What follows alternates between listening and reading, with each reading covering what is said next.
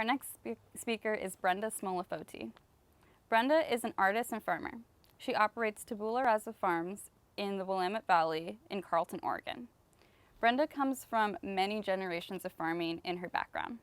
She has created a farm that utilizes various water capture methods. Her talk is called Creating Water Redundancy at Tabula Rasa Farms.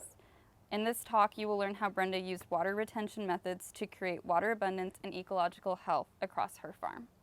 So please welcome Brenda.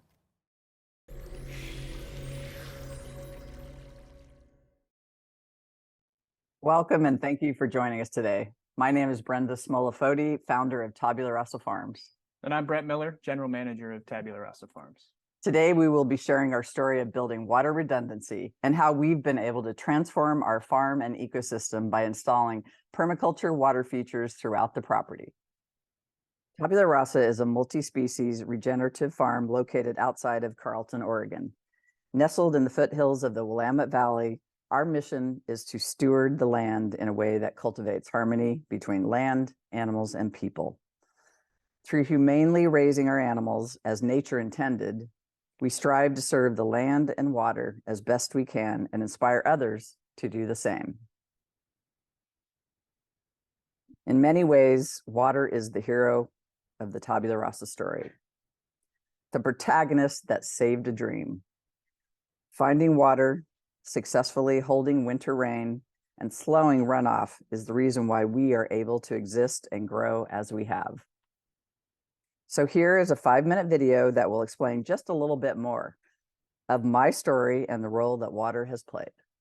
My connection with the earth has always been probably the strongest part of me, and finding my way back to being a farmer, you know, having been kind of a farmer's daughter, rancher's daughter was, took me a long time, but I'm really happy to be here now because this is kind of where I started as a kid playing in the woods, and now I get to be an adult playing in the woods.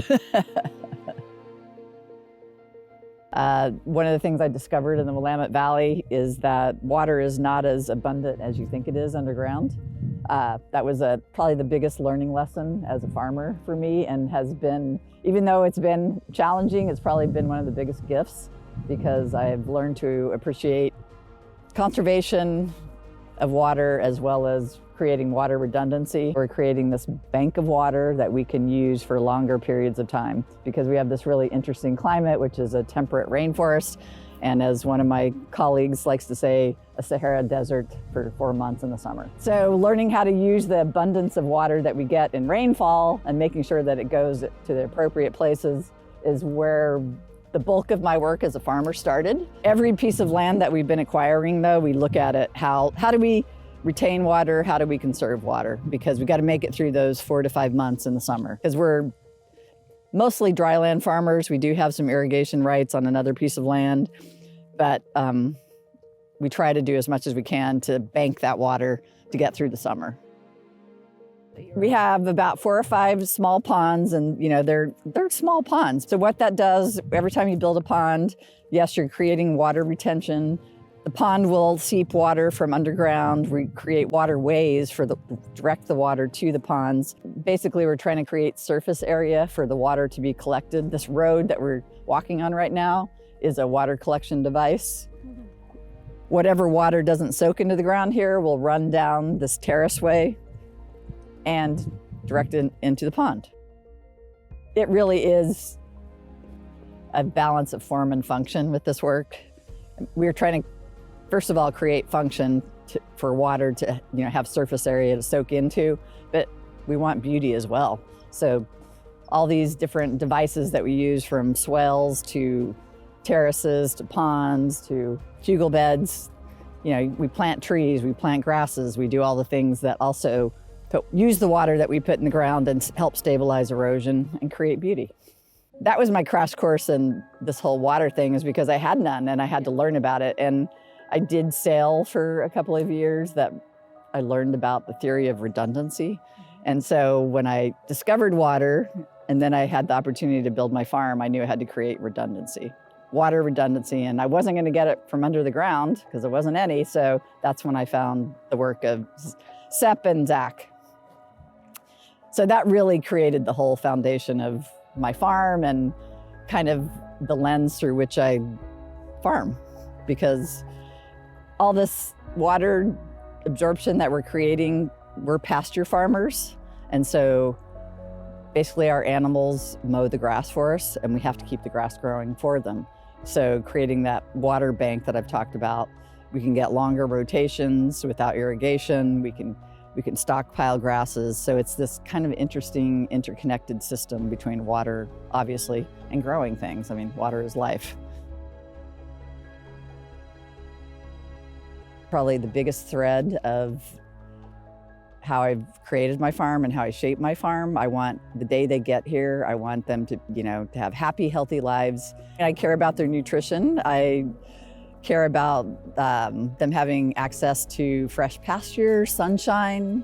You want for me, I want humane treatment of animals. I'm an animal lover. I've always been an animal lover. So we do our best to give our animals the best life they can. A long time ago, someone told me you can't convince someone to be a naturalist. You actually have to show them how. They have to experience that feeling. And the more people can come to places like ours and experience that feeling and understand the care and love that goes into it, it's just better for everyone. Well, the legacy I'd like to leave is, one that includes conservation of land and a way of life that I think has been with us since, oh my God, since we started as human beings. Hunting, foraging, and farming, and agriculture is just so deep in our roots, and that I just don't want us to lose that part of ourselves as a species. If we can help other people learn about regenerative farming and help inspire people to become farmers, or at least appreciate farmers, then I'll feel like I've done something good.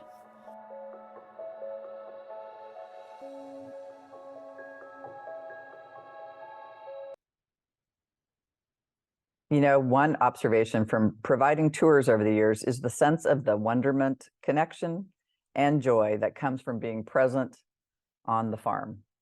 In some ways, we have been disconnected from many natural processes, including where our food comes from.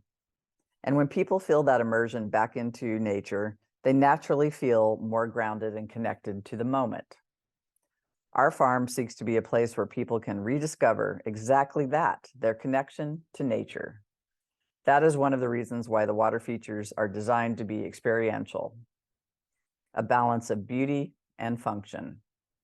The clips you saw in the video captured what the property looks like today, but that was not always the case.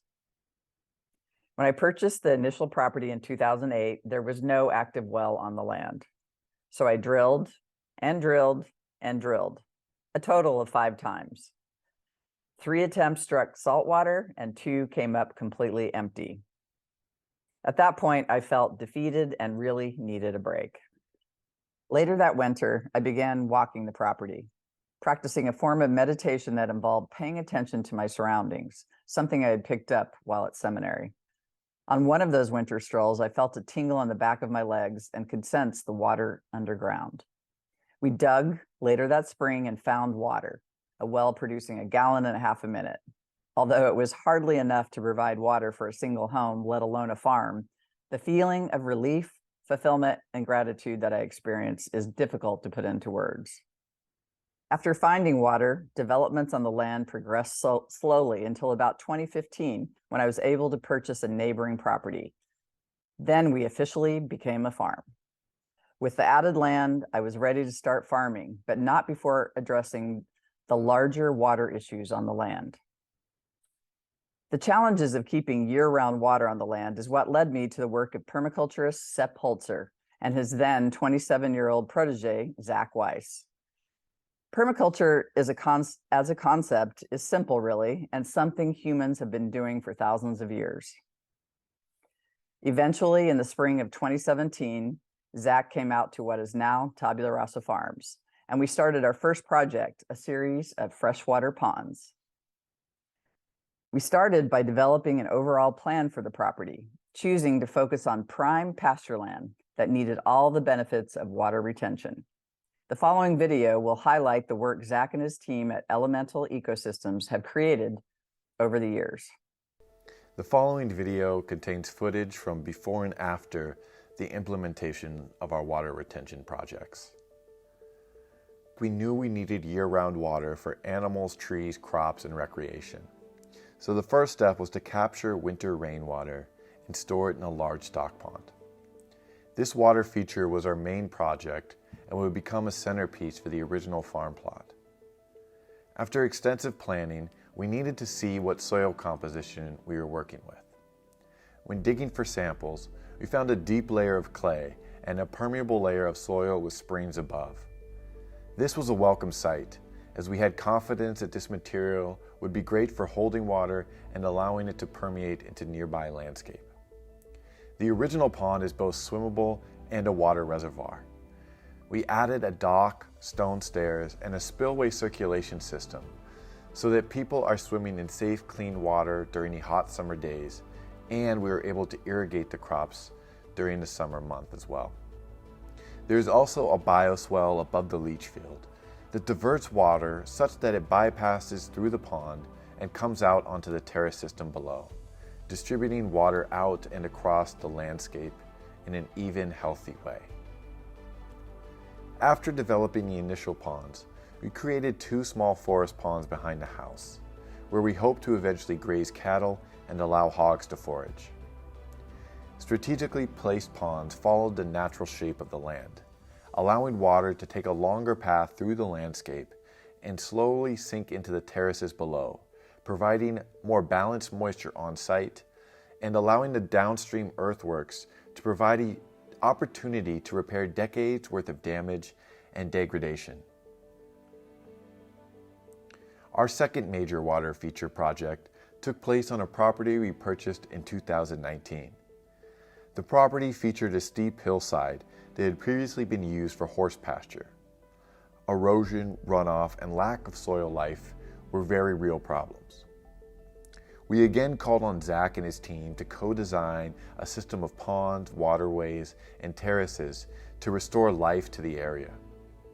We were able to turn the challenges of a steep slope into a strength by digging 5 interconnected ponds along the hillside.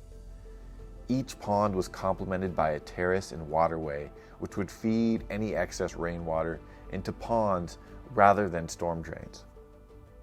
All ponds are unlined, allowing water to permeate into the landscape. A natural dam at the bottom pond acts as a failsafe against extreme conditions. The amount of life that is returned to the hillside is remarkable. In the following video, Zach will share some of his observations after returning to the site a year later.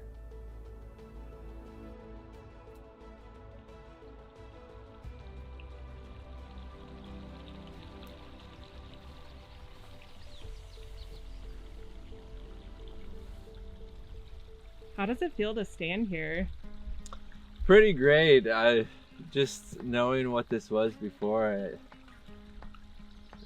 it's a pretty night and day difference as far as this was, you know, at best in the rainy season, maybe there was a little bit of mud here in terms of moisture. Everything else was just shooting away, and this was all just thorns and brambles and not even really a meaningful amount of grass. And now you look at all the diversity that's here, all the habitat that's here, and then you look at a water body like this and how much water is this providing for the wildlife around here every day.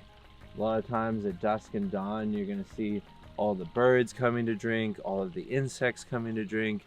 Everything needs water almost every day for most types of organisms. And so when you create water on a landscape, life just tends to erupt out of it. So whether it's geese or ducks or swallows, they're all now dependent on this water source that previously there was no water here. There was, even in the rainy season, there wasn't water here. And now we have water held even through the driest times and drought years in the hottest, driest parts of the year. For me, it's really important to build features that look like they were there naturally, that have that natural beauty that we all love and appreciate. So it's not enough to just make a utilitarian body of water, it should actually fit in the landscape in a way that it looks like it was already there, looks like it was always there. And it shouldn't be just, you know, a clear oval or square. It should have natural shape and texture as all of our natural water bodies do. Additionally, something I've really loved with this project, especially working with Brenda, is always building in human interaction points. It's one thing to make the water, it's another thing to make it inviting for humans to come participate in. And so we do things like this diving board and rocks along the edges, so that there's easy, inviting ways for people to learn from, engage with the water, participate in it, go swimming, experience the dragonflies at the edge of the water. All of these pieces we don't value if we can't see, and so how do we make it as easy and inviting as possible for people to experience these wonders of creation? So here, this spring, along with the other, really helps tell the story of our impact on the landscape. When we tapped both of these springs, the flow rates were quite similar. Now the flow rates are very different, and it becomes even more extreme in the dry time. So this spring is just producing an immense amount of water, 24/7. And this is the area where we've done water retention in the headwaters of this spring. So this spring is really charged up with healthy, clear, filtered, pure water, structured water, the best kind that you can put in your body, the best kind you can give to your animals, to your environment. And the other spring, while it still flows, its flow is just totally minimal compared to this. And as I mentioned, these flow rates were almost exactly the same when we tapped them before we had done this work. But now, because of how much water we're infiltrated into the ground, we're feeding and charging this vein, this spring line, and that's why it produces so much more water here compared to the other spring. So all around this water body, we also have a developing agroecosystem. And so what this is fruit trees, nut trees, berry bushes, all of these perennial crops that are going to produce yields for the farm, yields for the animals in this environment, sugars for the soil.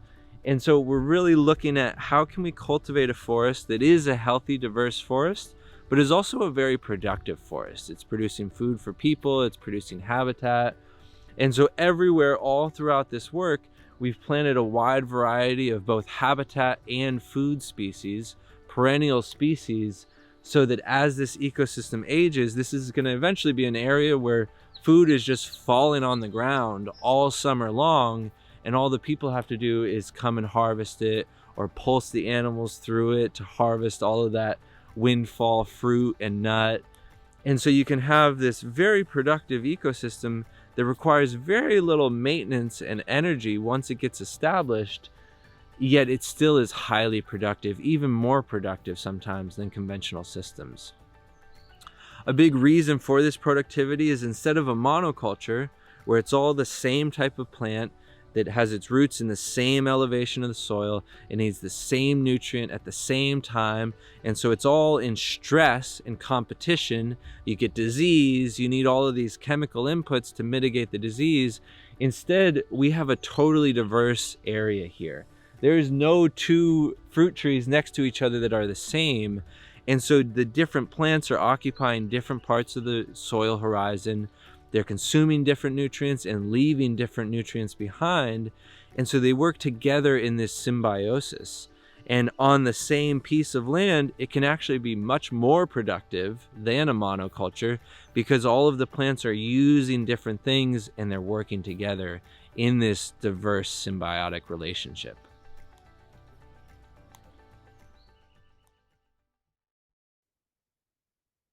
As Zach mentioned, the impact of water features on the land has been remarkable. By investing in and creating water features, we have been able to build what we like to call an underground bank of water on our land. A few tangible returns of developing a water bank are healthier soil, greater diversity of species, creation of entirely new ecosystems, increased flow of spring water, more pasture rotations, as well as future food forests that will feed land, animals, and people. And it's not only our land that is benefiting from this work. Since working on our land, we have inspired several local farmers to improve water resiliency on their land as well. The rising water table provides nourishment that stretches beyond property lines, contributing to the health of the region. We have also begun to share our story now that we have completed the most intensive portion of our projects and are experiencing the fruits of our labor. Finding ways to share the benefits with others will be an ongoing part of our mission. Now I'm going to pass it off to Brett to share more about how water retention systems have been integrated onto the farm.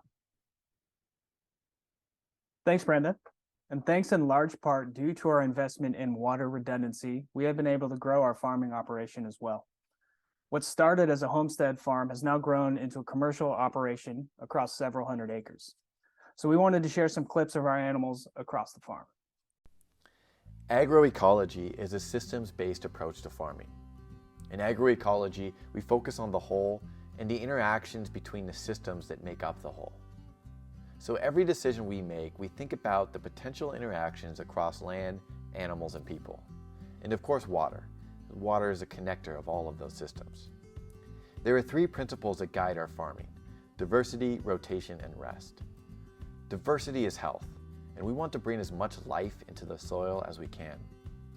The soil system is a connector of all the other systems, and it's the primary point for production and decomposition of life.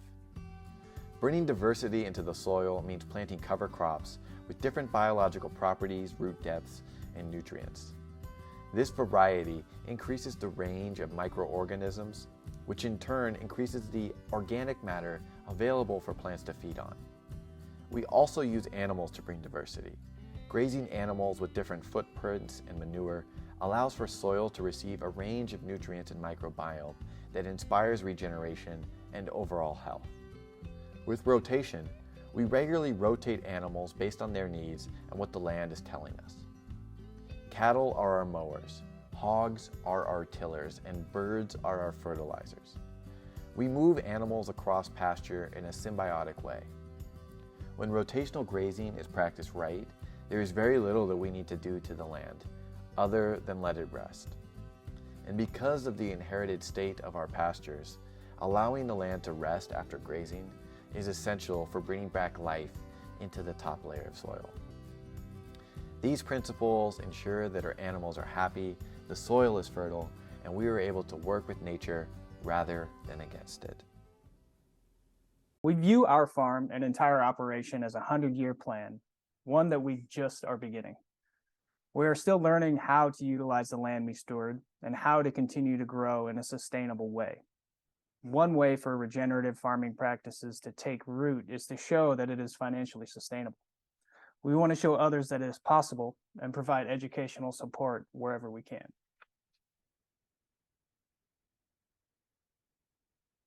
We have also developed our own ecosystem of businesses that support our farm and regenerative practices from the foundation of the ground. The ground is a collection of businesses that connect farms, food, and people through hospitality. We will be growing our on-farm accommodations, all with the intention of helping people reconnect to nature. Our newest venture, Source Farms, is a connector of regional farmers selling direct-to-consumer protein and vegetables. Source Farms cultivates and purveys good food through practices that are best for people, animals, and planet. It allows us to have a larger impact on the land than just our farm at Tabula Rasa. Humble Spirit is our restaurant in McMinnville, located just 10 miles from Tabula Rasa.